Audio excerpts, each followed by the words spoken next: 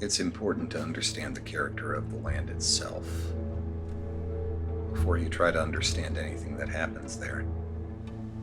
Some places are just different, and they impose those differences on the people that live there and the events that transpire. I'm not sure if places have dreams of their own. People dream, animals dream, trees dream, and flowers dream, even the gentle pulse of electrons strung between and ricocheted data streams around us dream. But I'm not sure about the dreams of places. If they do, we might be less eager to impose our own. When dreams die, they leave echoes, ghosts, fragments, and trapped slivers of time. Grief and loss twist reflections into new shapes. Courage and hope invest them with a new life. A place where so many dreams have died, yet so many dreams endure.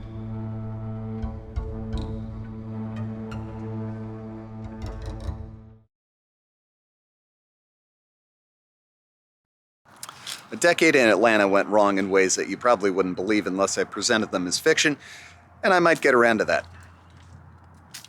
A decade in Vancouver went wrong in ways that frankly defy description, but there were some utterly fantastic parts about that chapter in my life as well. I made an enormous amount of television, a lot of shorts, a lot of features, but mostly focusing on Carry on my wayward son. If you pay really, really, really close attention to the closing credits and have absolutely astonishing reflexes with a pause button, I am actually in there. And so I find myself back where it began. And by it, I mean me, in every meaningful sense, my aesthetics, my ethics, a large chunk of what I believe, a good chunk of what I think begins here, began here. Right?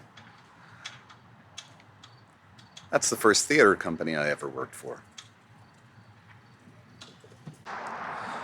When you spend most of your adult life being somewhere else, there's this expectation that you're not supposed to like where you're from.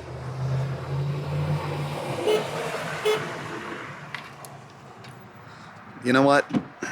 Screw that. There are a lot of reasons why I left, but I like it here. In some ways, I don't make sense anywhere else, which isn't to say I necessarily make sense here either. Beautiful,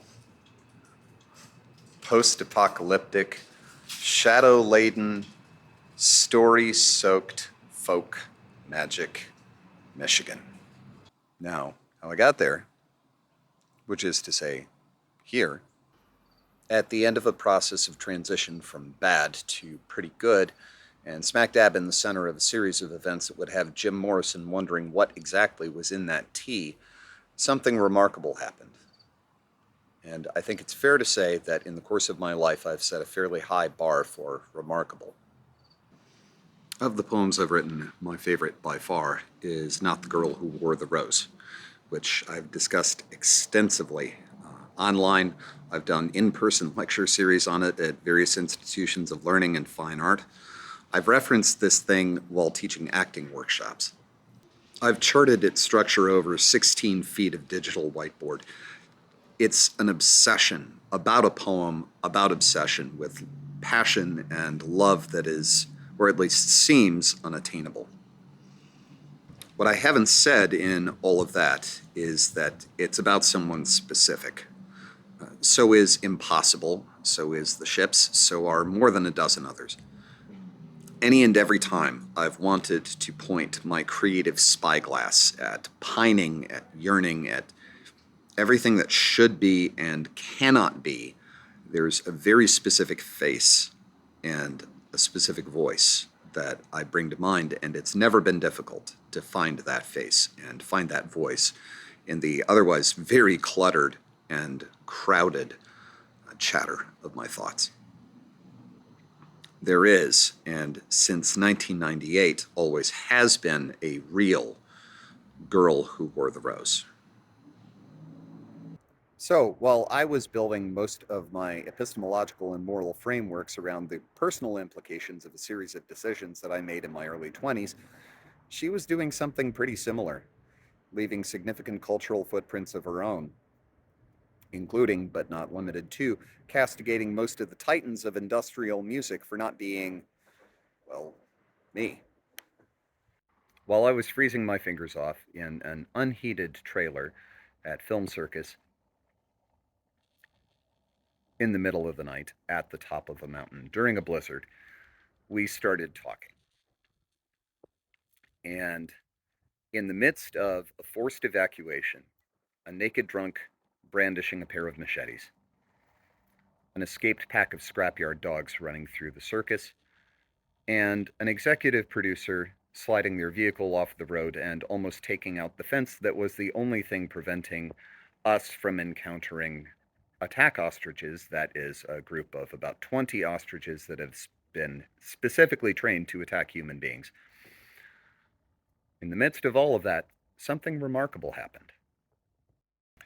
I discovered that I was wrong about the most important personal conclusion of my life. That unattainable love was not only attainable, but necessary. And at that point, nothing else mattered except rectifying that mistake that I had made so long ago. So, a comically arduous film project, a thankfully very temporary basement apartment, a few hundred hours on Messenger, and a few thousand miles later, I am here. Myself sharing morning coffee with the woman who has been my muse for better than 20 years. And it's better than I imagined. I've been here for a while. I've been here long enough to do some proper thinking. Billions have been spent on creating an impression that we are further along in the development of artificial intelligence than we actually are, mostly by people who have been actively slowing or outright stopping that progress. A series of strategic acquisitions, patents, and further technological sabotage have brought artificial intelligence development to a near standstill. Instead of breakneck propulsion towards this future that is alternately hawked on the open market or decried, we are increasingly reliant on anachronistic persistence, the hanging on of old technology on which market demand makes ever more intractable, ever more entrenched. Progress is ground to a near halt, and we can largely thank market capital as the driving force for technological development for that. The idea that innovation and capital go hand in hand has been definitively murdered.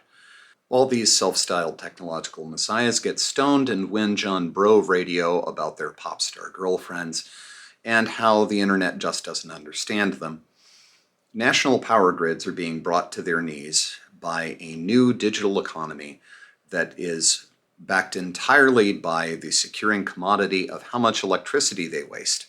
We have built some of the most complicated enumerative computational systems in human history, and we primarily use them for exactly that.